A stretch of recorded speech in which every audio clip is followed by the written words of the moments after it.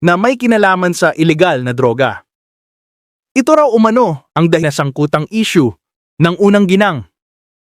Giit naman ni Castro pa lang ay nasa Pilipinas na ang First Lady at Marso 11 kaya imposible aniyang maikabit dito ang insidente sa Amerika. Saad naman ni Duterte,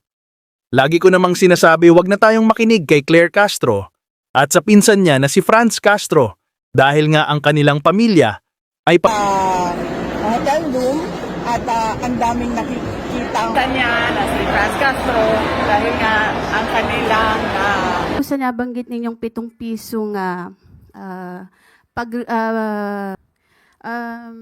binatikos po ni dating presidential spokesperson Attorney Harry Roque yung anyay lantarang katiwalian ng mga Marcos sa gitna po ng investigasyon ng Hong Kong sa umano'y gold